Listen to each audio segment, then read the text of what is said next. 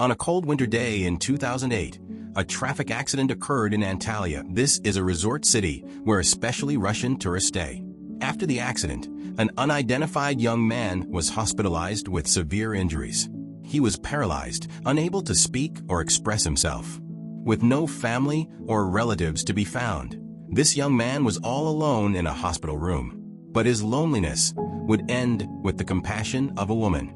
Gülsüm Kabadayı often went to the hospital to accompany a relative who was a patient of hers at the time. One day, she met this young man. His face was so innocent that something told her that she should not leave him alone. From that day on, Gülsüm Kabadayı adopted this young man as her own son. She named him Umut because Umut was her belief that a lost life would blossom again. Umut could not speak and could not meet any of his needs. Mother Gülsüm cared for him day and night. She fed him, cleaned him, touched him with love. "He is my son," she said.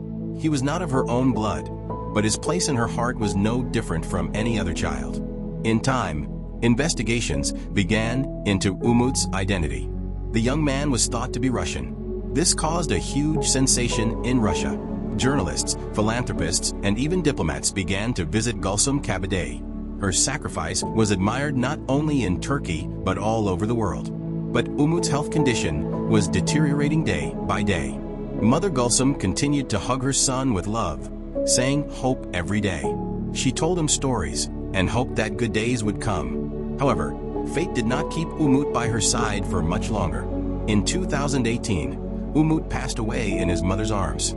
Umut's death shook Gülsüm and deeply, but she always said, "I never knew him and he never knew me. He was a trust given to me by God, and I did the best I could."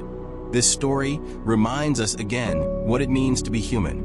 It shows that love, compassion, and kindness have no language, nationality, or borders. Gülsüm Kabadayı, as Gülsüm Mother, touched all our hearts and represented the most beautiful face of humanity.